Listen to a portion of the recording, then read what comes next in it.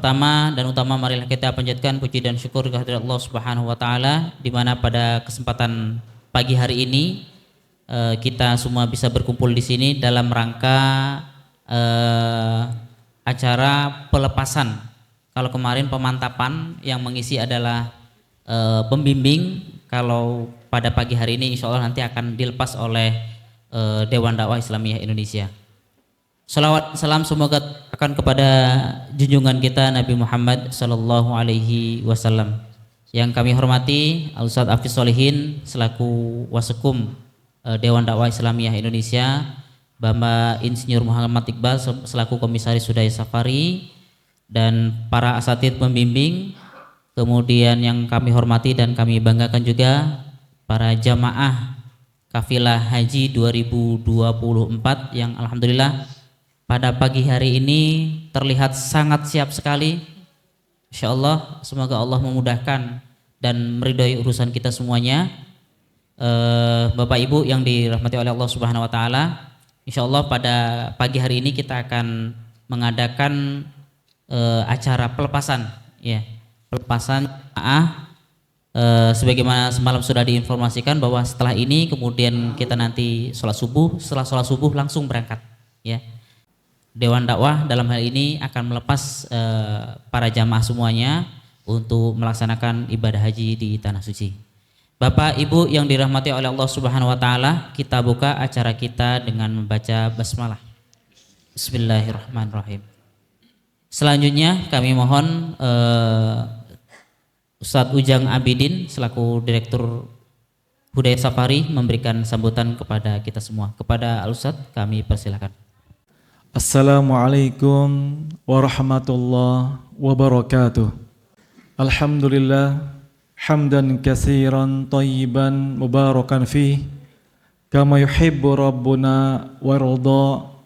Asyhadu an la ilaha illallah wahdahu la syarika lah wa asyhadu anna Muhammadan abduhu wa rasuluh. Allahumma shalli wa sallim wa barik ala nabiyyina wa habibina Muhammadin wa ala alihi wa ashabihi wa man tabi'ahum bi ihsanin ila yaumiddin, amma ba'du. Alhamdulillah, dengan rahmat Allah Subhanahu wa taala di sepertiga malam terakhir ini pada hari Sabtu, insyaallah kita akan mengadakan acara yang mulia ini, pelepasan kafilah haji Hudayah Safari tahun 2024. Semoga acara mulia ini Allah berikan keberkahan dan kelancaran. Amin. Kemudian salam salawat semoga tetap tercurah pada Rasulullah sallallahu alaihi wasallam, keluarganya, para sahabatnya dan umatnya yang patuh dan setia hingga akhir zaman. Selanjutnya yang saya hormati Ustadz Hafiz Sholihin selaku Sekretaris Umum Dewan Dakwah Islam Indonesia, dan juga Bapak Insinyur Muhammad Iqbal selaku Komisaris PT Hudayah Safari, juga para pembimbing ibadah Ustadz Isom, Ustadz Imam, dan juga tim teknis Mas Edi, dan juga pada Terdadang serta Mbak Nida, dan juga kepada seluruh para calon jamaah haji Hudayah Safari yang Allah muliakan. Alhamdulillah, kami mewakili manajemen Hudayah Safari, Al-Fakir menyampaikan yang pertama adalah ucapan terima kasih yang sebesar-besarnya, jazakumullahu khairan katsiran, atas kepercayaan Bapak dan Ibu dalam melaksanakan ibadah haji ini bersama kami PT Hudayah Safari, yang merupakan salah satu unit usaha milik Dewan Dakwah Islamiyah Indonesia. Insya Allah keuntungan yang kami dapatkan dari perjalanan Bapak Ibu ini akan kami berikan untuk Dewan Dakwah. Dan insya Allah secara tidak langsung Bapak dan Ibu juga memberikan saham untuk kontribusi dakwah di pelosok negeri ini. Insya Allah kami ucapkan terima kasih, jazakumullahu khairan katsiran.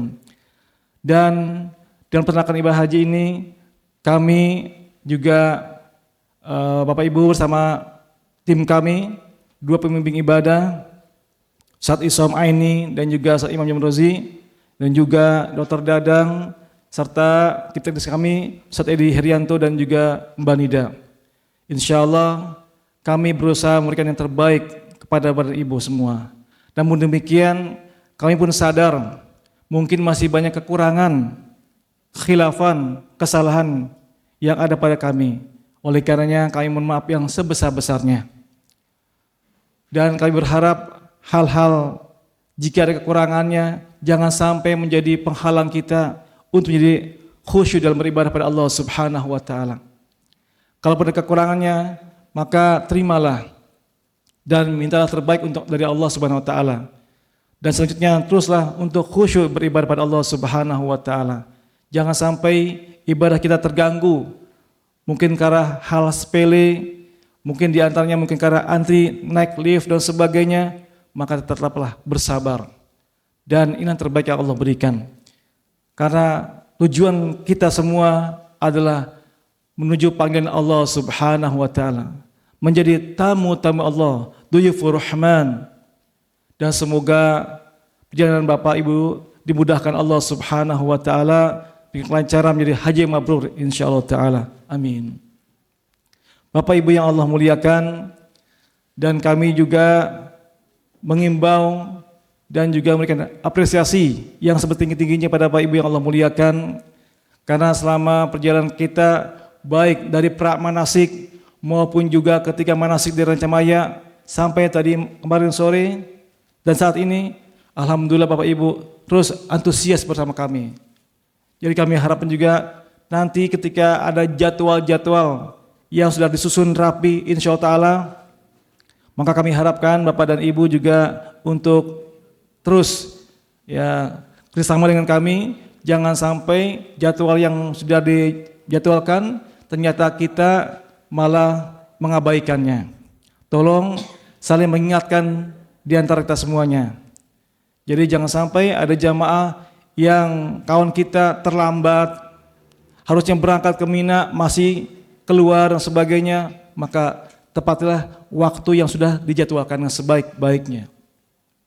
Dan terakhir kami juga meminta doa, saya mendoakan kepada Bapak dan Ibu agar PT Huda Sapari Allah berikan keberkahannya dan juga menjadi travel yang amanah dan sesuai dengan sunnah Rasulullah Sallallahu Alaihi Wasallam. Demikian dari kami, mohon maaf yang sebesar-besarnya. Barakallahu fikum. Wassalamualaikum warahmatullahi wabarakatuh. Kami haturkan syukran jazakumullahu khairan katsiran kepada Al-Ustadz Ujang Abidin yang sudah menyampaikan sambutannya.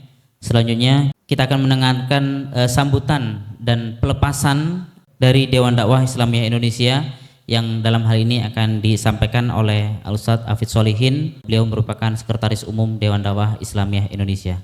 Kepada Al-Ustadz Hafidz Sholihin kami persilakan.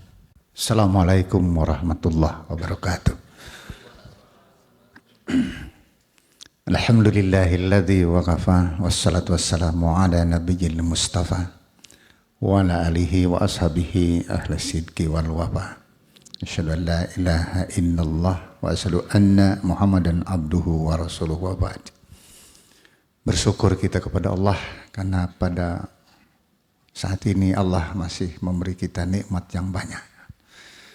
Nikmat umur, nikmat kesehatan, nikmat kesempatan, dan yang paling besar adalah nikmat iman dan Islam. Yang dengan nikmat-nikmat itu kita bisa melaksanakan aktivitas, termasuk melaksanakan upacara pelepasan jemaah haji, calon jemaah haji Hudaya Sapari Dewan Dakwah Islamiyah Indonesia. Bapak Iqbal selaku Komisaris Hudaya Sapari, Ustadz Ujang Abidin selaku Direktur Utama PT Hudaya Sapari, ada Ustadz Edi selaku Direktur, salah satu Direktur di PT Hudaya Sapari, juga ada Ustadz Isom Aini, ada Ustadz Imam masih di Hamam, dan Dr. Dadang, yang terutama para Bapak dan Ibu calon jemaah haji, calon haji jemaah Hudaya Sapari Dewan Dakwah Islam Indonesia. Sekali lagi kita bersyukur kepada Allah. Karena insya Allah pada pagi hari ini kita akan berangkat menuju Makkah Al-Mukarramah untuk melaksanakan ibadah haji. Dan ini sangat ditunggu-tunggu. Kemarin kami melepas jamaah KBIH yang di antara mereka itu ada yang sudah menunggu 15 tahun, ada yang minimum 15 tahun, 10 tahun. Alhamdulillah akhirnya berangkat pada hari ini. Nah, tentu saja kita berharap, berdoa semoga apa yang akan kita lakukan, yakni melaksanakan ibadah haji, betul-betul mendapatkan pertolongan dari Allah Subhanahu wa taala, dimudahkan oleh Allah Subhanahu wa taala, hajinya mabrur, doa-doanya makbul, dan kemudian kita betul-betul menjadi haji yang seperti yang dikatakan oleh Rasulullah sallallahu alaihi wasallam, absus salam wa ita'amut ta'am. Bapak dan Ibu yang terhormat, tentu saja pertama kami mohon maaf karena Ketua Umum Dewan Dakwah yang sedianya akan melepas Bapak dan Ibu, melepas keberangkatan Bapak dan Ibu. Beliau kan ada acara di Jawa Timur, jadi tidak bisa melepas. Alhamdulillah diwakilkan kepada saya. Dengan tidak mengurangi rasa hormatnya, beliau menyampaikan salam dan doa kepada Bapak dan Ibu semua. Bapak dan Ibu semuanya tentu saja begitu berniat dan kemudian mendaftarkan diri di PT Huda Safari untuk berhaji melalui PT Huda Safari, maka insya Allah Bapak dan Ibu semua adalah sudah menjadi keluarga besar Dewan Dakwah Islamiyah Indonesia. Dewan Dakwah Islamiyah Indonesia sebagaimana kita ketahui adalah satu lembaga yang didirikan oleh Allahyarham Dr. Muhammad Nasir, antara lain beliau adalah Perdana Menteri pertama Republik Indonesia, beliau Menteri Penerangan pertama Republik Indonesia, kemudian juga beliau adalah pada terakhir ditetapkan sebagai pahlawan nasional. Dewan Dakwah juga selain didirikan oleh Muhammad Nasir juga didukung oleh sejumlah tokoh yang lain. Antara lain adalah Muhammad Rum. Kalau kita mengenal, membaca sejarah, Muhammad Rum adalah salah seorang menteri luar negeri yang menandatangani perjanjian Rum-Royen dengan Van Royen Belanda pada waktu itu. Ada juga Safruddin Prawira Negara, beliau adalah Gubernur Bank Indonesia dan Menteri Keuangan pertama Republik Indonesia. Ada juga Pak Prawoto Mangkusasmito, beliau adalah Ketua Pimpinan Pengurus Masumi yang terakhir. Ada juga Kiai Haji Hasan Basri, beliau adalah Ketua Majelis Ulama Indonesia pada waktu itu. Dan ada juga sejumlah tokoh-tokoh yang lainnya. Yang beliau ini adalah sangat concern kepada bagaimana memperbaiki umat, memperbaiki bangsa agar negeri ini mendapatkan ridho Allah Subhanahu wa taala. Maka setelah Pak Nasir kalau selesai daripada kepengurusan Masumi pada waktu itu, Pak Nasir kemudian berpikir bagaimana melanjutkan kegiatannya, maka beliau mendirikan Dewan Dakwah Islamiyah Indonesia. Dewan Dakwah Islamiyah Indonesia concern pada bagaimana menjaga atau mengawal akidah umat. Mengawal akidah umat antara lain adalah dengan cara mengirimkan sejumlah dai ke daerah-daerah terpencil dan pedalaman. Daerah-daerah terpencil dan pedalaman, mulai dari pulau dari Aceh, dari Pulau W sana sampai dengan Merauke, ditempatkanlah para dai di daerah itu untuk apa? Mengawal akidah umat. Dan yang ada yang menjadi 5 wilayah yang menjadi perhatian besar Pak Nasir, yang pada waktu itu adalah kristenisasinya sangat tinggi, yakni yang pertama adalah Pulau Nias, yang kedua adalah Pulau Mentawai di Sumatera Barat, yang ketiga adalah Lampung, yang keempat adalah NTB, dan yang kelima adalah NTT. Itu yang menjadi perhatian Pak Nasir karena di situ kristenisasinya sangat luar biasa. Maka Pak Nasir mengirimkan ke daerah-daerah itu. Tapi untuk merekrut para dai yang bisa dikirimkan ke daerah itu, Pak Nasir pada waktu awal-awal kemudian merekrut dari sejumlah pesantren. Kemudian mereka sebelum diberangkatkan ke daerah, mereka digembleng dulu di pesantren Darul Falah Bogor, Ciampea. 40 hari 40 malam mereka digembleng di sana, baru mereka setelah siap kemudian diberangkatkan ke daerah-daerah itu. Tapi kemudian ketika Pak Nasir mendapatkan hadiah dari Raja Saudi pada waktu itu, kemudian diterimalah hadiah itu. Hadiah itu bukan untuk dirinya, tetapi kemudian Pak Nasir diterima hadiah untuk anak-anaknya. Anak-anak apa? Yang dimaksud bukan untuk anak-anak biologis, tetapi anak-anak ideologis. Yakni apa? Berupa beasiswa. Maka pada waktu itu kemudian sejumlah anak-anak muda dari sejumlah daerah, dari sejumlah kota, dari sejumlah pesantren kemudian dikirimkan untuk sekolah di Timur Tengah, beasiswa dari kerajaan Saudi pada waktu itu. Masyaallah muslimin wal muslimat rahimallah, para calon jemaah haji yang dirahmati oleh Allah Subhanahu wa taala. Begitu Pak Nasir mempersiapkan itu semua. Itu dulu. Tetapi kemudian apa sekarang? Sekarang kegiatan itu terus dijalankan. Dewan Dakwah menempatkan dai-dai di sejumlah daerah. Kemudian Dewan Dakwah juga mempersiapkan dai itu. Nah, untuk mempersiapkan para dai di sejumlah daerah itu, kemudian Dewan Dakwah membuka yang namanya mendirikan Sekolah Tinggi Ilmu Dakwah Muhammad Nasir. Alhamdulillah, alumni dari Sekolah Tinggi Ilmu Dakwah Muhammad Nasir sekarang yang sudah ditempatkan di daerah-daerah dan kemudian sudah kembali hingga hari ini adalah hampir 900 orang. Tetapi ini belum bisa memenuhi kebutuhan negeri kita. Kita punya pemikiran bagaimana kalau kita tempatkan untuk membina umat ini, maka kita perlu menempatkan setiap satu desa satu dai. Di Indonesia ini ada 96.000 desa dan kelurahan. Berarti kita memerlukan 96.000 dai. Sekolah Tinggi Ilmu Dakwah Muhammad Nasir hanya mampu menyiapkan paling banyak sekarang ini 150 dai. Berapa tahun harus kita siapkan untuk bisa memenuhi 96.000 itu? Apalagi dalam kondisi saat ini di mana anak-anak muda ini tidak ada yang mau jadi dai. Tidak ada yang mau jadi dai, sangat sulit sekali. Coba perhatikan, di sejumlah fakultas dakwah, di sejumlah perguruan tinggi, itu yang namanya fakultas dakwah minus mahasiswanya itu. Minus mahasiswanya.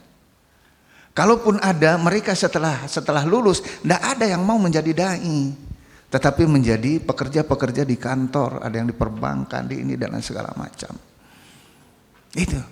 Nah, maka Dewan Dakwah berusaha ya ini dengan cara apa? Menyiapkan anak-anak muda itu disekolahkan di Sekolah Tinggi Ilmu Dakwah Muhammad Nasir dengan beasiswa. Loh, Dewan Dakwah kaya banget ya gitu. Bukan kaya banget, Dewan Dakwah itu kaya ide. Ketika kita menyekolahkan sekolah mahasiswa. Sekarang kita punya 800-an, 900 ya Ustaz Imam ya. Ya, 900 mahasiswa. Yang pola pendidikannya berbeda dengan yang lain. Ini maaf nih supaya kita bisa mengenal sedikit. Nanti Ustaz Imam akan banyak bercerita di dalam.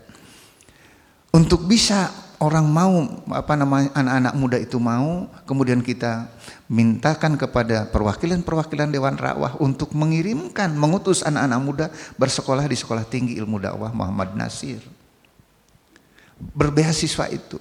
Kita carikan uangnya, kita carikan biayanya. Yang minimal dalam satu bulannya itu per mahasiswa itu memerlukan uang minimum 1,5 juta. Sekarang kita punya sekitar 900 mahasiswa yang ada di Sekolah Tinggi Ilmu Dakwah Muhammad Nasir yang markasnya di Tambun. Pola pendidikannya berbeda. 2 tahun mereka di asrama dengan catatan mereka harus hafal minimum 10 juz. Kemudian pada tahun ketiga mereka ditempatkan di masjid-masjid. Apakah sebagai marbot, sebagai guru ngaji, sebagai itu dan lain segala macam. Tempatkan. Kemudian pada tahun ketiga itu pula 40 hari, 5 hari sebelum Ramadan dan 5 hari sampai dengan 5 hari sesudah Ramadan, kita tempatkan mereka di daerah-daerah yang namanya kafilah dakwah, melayani umat. Setelah itu mereka kembali menyelesaikan pendidikannya. Kemudian mereka menyusun skripsi dan segala macam. Setelah sidang mereka diwisuda. Setelah diwisuda tidak pulang ke rumahnya, tidak. tetapi kita kirimkan lagi ke daerah 2 tahun pengabdian. Setelah 2 tahun pengabdian, mereka kemudian setelah selesai mereka kembali, setelah kembali ditempatkan di sejumlah tempat-tempat strategis Dewan Dakwah dan di seluruh wilayah. Nah, itulah yang alhamdulillah dengan cara itu ada anak-anak muda yang mau ditempatkan. Pertanyaan saya barangkali, adakah di antara Bapak dan Ibu sekarang yang mau ditempatkan di daerah terpencil berdakwah? Ada nggak kira-kira? Rasanya nggak ada ya. Nggak perlu Bapak dan Ibunya yang mau, duitnya aja lah bantu sekolah tinggi Dewan Dakwah untuk berdakwah. Sama-sama berdakwah. Nah gitu. Nah oleh karena itu maka upaya Dewan Dakwah dalam rangka itu melakukan berbagai upaya kegiatan, antara lain mendirikan Hudayah Safari, Biro Perjalanan, dan alhamdulillah setiap jamaah haji, calon jemaah haji yang mendaftar haji, melaksanakan ibadah haji bersama-sama dengan Dewan Dakwah Islam Indonesia, maka ketika membayar maka ibu sudah $100 sudah disisihkan untuk berdakwah di situ. $100 sudah disisihkan untuk membiayai kegiatan dakwah Dewan Dakwah. Dan tentu di akhir tahun ada yang namanya dividen. Itulah yang kita lakukan. Di samping itu kita pun mencari biaya-biaya yang lain, sumber-sumber biaya lain untuk membiayai kegiatan itu. Itulah Dewan Dakwah. Jadi kegiatan-kegiatan yang dilakukan oleh Dewan Dakwah adalah kegiatan keumatan yang lebih banyak pada pertama tadi adalah pengawalan akidah, kedua adalah penegakan syariah, ketiga merekat ukhuwah, yang keempat adalah mengawal NKRI, dan yang kelima adalah mendukung solidaritas. Maka oleh karena itu ketika Bapak dan Ibu insya Allah sekarang berangkat bersama Hudayah Safari, maka Ibu telah mendukung kegiatan dakwah Dewan Dakwah, dan insya Allah mulai hari ini Bapak Ibu adalah menjadi pendukung dakwah Dewan Dakwah, keluarga besar Dewan Dakwah. Bapak dan Ibu yang dirahmati oleh Allah Subhanahu wa taala. Oleh karena itu maka pada kesempatan ini sekali lagi tentu saja kami pengurus Dewan Dakwah berterima kasih kepada Bapak dan Ibu yang telah mempercayai Hudayah Safari sebagai Biro Perjalanan Haji Dewan Dakwah untuk bersama-sama melaksanakan ibadah haji bersama Hudayah Safari. Dan tentu kami ucapkan terima kasih kepada para pembimbing. Di sini ada Ustaz Imam Jamrozi. Beliau juga adalah pengurus Dewan Dakwah, wakil ketua umum Dewan Dakwah. Jadi kadang-kadang beliau tuh menginginkan saya ini sebagai wakil ketua umum Dewan Dakwah atau sebagai pembimbing haji. Ya dua-duanya lah. Gitu. Ada Ustaz Isom Aini, ya. Kemudian ada Dr. Dadang, yang mendampingi Bapak dan Ibu semuanya. Kami ucapkan terima kasih. Oleh karena itu Bapak dan Ibu, jadi selain Dewan Dakwah mendirikan STID Muhammad Nasir, ada usaha-usaha lain yang yang dilakukan oleh Dewan Dakwah. Nah, kemarin diributkan di situ bahwa Dewan Dakwah katanya akan mendapatkan konsesi tambang. Ya soal tambang dari dulu Dewan Dakwah suka main tambang, tarik tambang maksudnya gitu di sekitar itu. Nah, itu diributkan itu. Baik, oleh karena itu Pak Ibu dan dirahmati oleh Allah, dengan mengucapkan Bismillahirrahmanirrahim, kami pengurus Dewan Dakwah Islam Indonesia dengan ini melepas keberangkatan Bapak dan Ibu sekalian untuk melaksanakan ibadah haji dengan teriring doa. Yang pertama doanya adalah semoga perjalanannya aman dan lancar, sehat di tempatnya. Dan jangan lupa pesan selain doa itu ada pesan yang pertama adalah luruskan niat itu, luruskan niat. Kami agak sedikit ini ketika membaca Twitter, jemaah haji Indonesia mendapatkan kritik dari Imam Masjid Nabawi. Kenapa? Karena di situ jemaah haji Indonesia banyak melakukan selfie. Lebih banyak berselfie-nya daripada ibadah. Oleh karena itu, maka pertama pesannya adalah luruskan niat. Manfaatkan waktu ini dengan sebaik-baiknya untuk beribadah. Jangan dikotori oleh hal-hal yang lain. Luruskan niat itu. Kemudian yang kedua, lakukan seluruh rukun haji itu sesuai dengan ketentuan, dengan sunnah Rasulullah. Pahami setiap dan. Yang ketiga, sudah barang tentu jaga kesehatan. Jaga kesehatan karena kondisi saat ini di sana udara agak panas. Maka ini perlu dijaga betul. Dan hindari sombong karena ibadah haji itu paling gampang dimasuki setan untuk sombong kita. Apakah niat kita ibadah haji ini adalah untuk betul-betul untuk beribadah, bentuk ketaatan kepada Allah, atau untuk meningkatkan status sosial? Ingin dipanggil haji, ingin dipanggil haji. Tapi kalau saya baca sejarah, itu yang namanya titel haji itu. Titel haji itu adalah pemberian hadiah itu sebenarnya. Kenapa? Dulu pada zaman Belanda itu, ini sedikit maaf agak panjang. Belanda membuat satu badan, namanya Badan Pengawasan Penyiaran Agama Islam. Untuk apa? Mengawasi gerak-gerik umat Islam. Supaya apa? Supaya umat Islam tidak melakukan perlawanan terhadap Belanda. Maka badan itu dibentuk.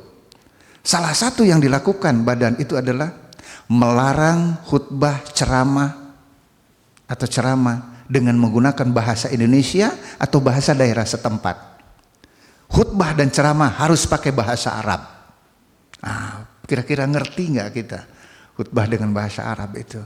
Tentu tujuannya apa? Supaya umat Islam Indonesia ini tuh tidak mengerti Islam yang sebenarnya. Di sejumlah daerah kalau kita jalan-jalan ke hotel, itu yang namanya teks khutbah bahasa Arab itu dilaminating. Itu yang dibaca oleh imam oleh khatib setiap khutbah Jumat. Itu. Yang kedua, membuat larangan bagi umat Islam untuk melaksanakan ibadah haji. Itu Belanda waktu itu. Kenapa? Karena nampaknya Belanda mempelajari yang banyak melakukan perlawanan terhadap Belanda adalah mereka yang telah melaksanakan ibadah haji. Sebut saja mulai dari Aceh sana tuh, haji apa tuh, haji. Sampai di sejumlah daerah. Kenapa? Karena mereka menyadari itu. Mereka di Mekah itu digembleng betul. Karena dulu melaksanakan ibadah haji itu minimum 6 bulan bisa baru pulang. Kalau sekarang kita 27 hari udah bisa kembali lagi. Nah, ketika peraturan itu ada, maka Belanda mengatakan bagi mereka yang ketika peraturan ini ada sedang berada di melaksanakan ibadah haji, maka boleh kembali ke tanah air, tetapi dia harus menggunakan titel haji. Maksudnya apa? Untuk memudahkan bagi Belanda mengawasi gerak-gerik orang yang telah melaksanakan ibadah haji. Itu dia. Nah, maka oleh karena itu meluruskan niat melaksanakan ibadah haji bukan untuk status sosial, tetapi adalah bentuk ketaatan kita kepada Allah Subhanahu wa taala. Kemudian yang berikutnya sudah barang tentu pesannya adalah jaga alma mater Hudaya Safari, jaga alma mater Dewan Dakwah, jaga alma mater Haji Indonesia. Jangan sampai Haji Indonesia ini kalau kita baca di Twitter itu mendapatkan nilai minus. Padahal beberapa waktu yang lalu, tahun-tahun yang sebelumnya, pujian untuk jemaah Haji Indonesia cukup bagus. Tapi sekarang dengan zaman teknologi itu, dulu nggak boleh kan bawa yang namanya bawa HP ke dalam Masjidil Haram itu kan nggak boleh. Sekarang mereka berselfie di Masjidil Haram, selfie di Masjidil, Masya Allah. Nah, maka itu hindarilah itu. Boleh, tetapi coba diatur sebaik-baiknya. Dan yang terakhir sudah barang tentu jadilah haji-haji yang mabrur. Semoga menjadi haji yang mabrur. Yang haji yang mabrur itu Rasulullah mengatakan absus salam wa it'amut ta'am. Absus salam yakni menjadi sumber keselamatan, menyebarkan salam dan segala macam. Dan berikutnya adalah it'amut ta'am, menjadi dermawan.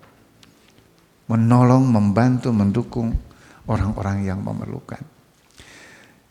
Jadi doa kami adalah semoga perjalanannya aman, lancar, tidak mendapatkan kesulitan, tetapi bahwa cobaan-cobaan insya Allah tetap ada.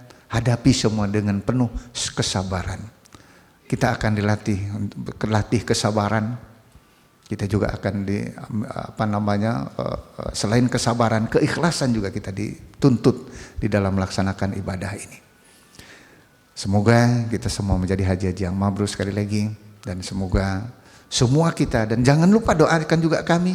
Semoga tadi apa yang disampaikan oleh Ustaz Ujang Abidin, Hudayah Sapari terus meningkat, Dewan Dakwah dengan seluruh kegiatannya ini menempatkan dai-dai kita itu terus berjalan dengan baik. Kemudian juga dai-dai kita yang sedang ada di pedalaman, Pak. Dai-dai kita ada di daerah pedalaman ini, mereka oleh Allah diberikan kekuatan, diberikan kemudahan dalam melaksanakan dakwah ilallah. Inilah barangkali sebagai kata pelepasan. Sekali lagi semoga semuanya kita semua menjadi haji-haji yang mabrur. Karena ada di dalam sebuah kisah itu, Abdullah ibnul Mubarak, seorang sufi terkenal, satu ketika kan beliau melaksanakan ibadah haji. Ketika melaksanakan ibadah haji, beliau tertidur di Masjidil Haram, tetapi dalam tidurnya itu dia bermimpi melihat dialog malaikat, dua malaikat. Malaikat yang satu bertanya kepada malaikat, wahai malaikat, berapa jumlah jemaah haji tahun ini? Malaikat yang satu menjawab, jumlahnya ada sekian. Kemudian malaikat yang pertama menanya lagi, siapa yang diterima ibadah hajinya pada tahun ini? Maka disebutkanlah Ali ibnul Muqaffah, dia adalah tukang sol sepatu yang tinggal di Damaskus. 3 hari berturut-turut Abdullah ibnul Mubarak bermimpi itu. Saking penasarannya, begitu selesai melaksanakan ibadah haji, maka Abdullah ibnul Mubarak pergi ke Damaskus mencari Ali ibnul Muqaffah, tukang sol sepatu. Alhamdulillah dia ketemu. Kemudian dia bertanya, 3 hari dia bermalam di situ, ingin mengetahui bagaimana cara yang dilakukan oleh Ali ibnul Muqaffah dalam kesehariannya, tahajudnya dan segala macam. Menurut Ibnu Mubarak, setelah 3 hari kok biasa-biasa saja. Karena saking penasarannya kenapa dia bisa diterima, maka ditanya, bagaimana Anda melaksanakan ibadah haji tahun ini? Maka Ali ibnu Muqaffah menceritakan, saya mengumpulkan menabung uang untuk bisa bekal ibadah haji. Setelah merasa cukup, kemudian saya berjalan menggunakan onta. Setelah itu kemudian saya melewati sebuah kampung itu porak-poranda. Kemudian saya mencium bau daging yang dibakar. Setelah didekati, ternyata ada seorang ibu, di sekitarnya ada 5 orang anak yang sedang tertidur. Ibunya itu sedang membakar daging keledai. Ternyata keledai itu adalah bangkai. Maka dia bilang, Ali ibn Muqaffah, saya mengatakan ini kan haram. Kemudian sang ibu mengatakan, daripada anak saya mati, dia bilang, tidak apa-apa ini. Maka kemudian saya, dibilang kata Ali ibn Muqaffah, meminta supaya sang ibu itu menghentikan membakar daging keledai, bangkai daging keledai itu. Kemudian meminta kepada yang lain-lain untuk berkumpul. Maka kemudian pada saat itu bekal saya untuk ibadah haji ini saya serahkan kepada mereka. Itulah yang saya lakukan. Saya tidak sampai ke Mekah melaksanakan itu, dia bilang begitu. Jadi di situ niat itu luar biasa.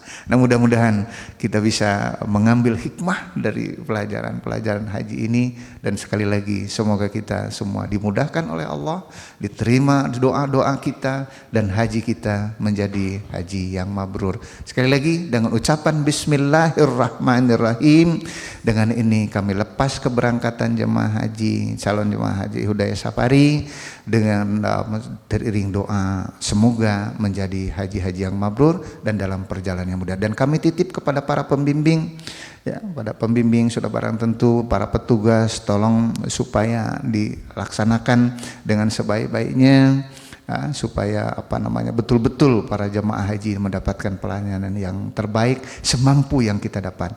Dan kami juga mohon kesabaran kepada para bapak dan ibu semua, karena yang harus dilayani ini banyak, ya, maka andai ada kekurangan-kekurangan mohon dimaafkan. Demikian, wassalamualaikum warahmatullahi wabarakatuh. Kami haturkan syukron jazakumullahu khairan katsiran kepada Ustaz Hafiz Sholihin yang sudah menyampaikan sambutan dan pelepasannya kepada kafilah haji 2024. Bapak Ibu yang dirahmati oleh Allah Subhanahu wa taala, pagi-pagi nyeruput kopi lebih enak jika dimakan sama bubur. Apa tanda kemakmuran haji? Menerapkan sikap sabar dan syukur. jalan-jalan ke kota Kediri, jangan lupa mampir ke Jogja. Selamat menunaikan ibadah haji, haji yang mabrur balasannya adalah surga. Bapak Ibu yang dirahmati oleh Allah Subhanahu wa taala, dengan demikian maka berakhirlah rangkaian acara kita, dan selanjutnya sebagaimana sudah disampaikan bahwa kita ada waktu untuk kegiatan masing-masing ya. Insyaallah nanti setelah ini akan disampaikan oleh Ustadz Edi. Namun sebelumnya kita cukupkan dulu dan kita tutup acara kita dengan membaca doa kafaratul majlis. Subhanakallahumma wa bihamdika asyhadu an la ilaha illa anta astaghfiruka wa atubu ilaik. Assalamualaikum warahmatullahi wabarakatuh. Ada pengumuman sedikit? Ya, Bapak Ibu sekalian, sebelum kita menuju ke masjid untuk persiapan sholat subuh, diharapkan Bapak Ibu nanti selepas azan langsung segera menunaikan sholat sunnah qobliyah subuh, karena ini adalah sholat sunnah yang tidak pernah ditinggalkan oleh Nabi Sallallahu Alaihi Wasallam. Jadi nanti selepas azan segera menunaikan sholat sunnah qobliyah subuh, qomat segera langsung membuat saf untuk sholat subuh. Jadi masih ada waktu persiapan untuk wudunya yang batal. Terus ibu-ibu juga sholat di atas ya. Selepas sholat tidak ada lagi acara, langsung segera masuk ke bus siaga 1. Jadi Bapak Ibu sesuai dengan yang kemarin sudah disampaikan, kita dibagi menjadi 3 bus sesuai yang sudah disampaikan kemarin ya. Bus 1 paling depan, bus 2 di tengah, bus 3 di belakang, seperti itu. Dan tadi ini sudah dibagikan untuk nemtek ini sudah ada 2 bolak-balik, nanti sampai di sana ada tambahan lagi. Ini mohon dibawa kemanapun ya. Ini untuk ikhtiar kita, salah satu identitas kita ada di sini, dan di baliknya ada juga identitas dari Kementerian Agama. Ini kalau di scan sudah terdeteksi Bapak Ibu tuh tinggal di mana aja, seperti itu. Terus selanjutnya ini ada gelang, ini bukan gelang sakti ya, tapi perlu dipakai untuk menandakan ini adalah jamaah haji Indonesia. Kalau nanti pas di bandara suruh dilepas, masukkan ke tas yang selempang ini ya. Nanti akan dibagikan paspor dan boarding pass, tolong taruhnya jangan di ransel, taruhnya di tas ini aja ya. Nanti semuanya dimasukkan, kalau pas pemeriksaan sebelum masuk ke imigrasi ditaruh di tas ini, lalu setelah pemeriksaan imigrasi dipakai kembali masing-masing, seperti itu. Ada pertanyaan sampai sini? Nggak ada ya? Ini alhamdulillah dari pihak hotel menyediakan sarapan, cuman tadi saya lihat nggak tahu masih nafsu makan apa enggak gitu ya. Soalnya saya perhatikan semalam udah ada yang nggak bisa tidur gitu. Jadi kalau nggak selera yang nggak usah diambil, kalau yang masih punya nafsu makan silakan ambil. Daripada dibawa mubazir, mendingan nanti kita bagikan orang-orang yang ada di sini. Kalau Bapak Ibu tidak berkenan. Mudah-mudahan ini yang snacknya juga sudah cukup berat kayaknya ya. Ya itu boleh nanti dibawa masuk ke ransel ya buat senjata kita juga. Nanti terbang itu sekitar jam 8:30 itu sudah masuk sarapan juga di sana di pesawat, seperti itu. Jadi kalau mau bawa bekal boleh snacknya, atau saya kalau belum nasi belum afdol gitu ya. Nanti boleh silakan diambil untuk sarapan Bapak sekalian. Ya. Terima kasih atas perhatiannya. Untuk ke masjid bisa langsung ke lantai 2 ini masuk, langsung memposisikan saf masing-masing seperti itu. Terima kasih. Assalamualaikum warahmatullahi wabarakatuh. Terima kasih. Sama-sama. Masya Allah. Amin.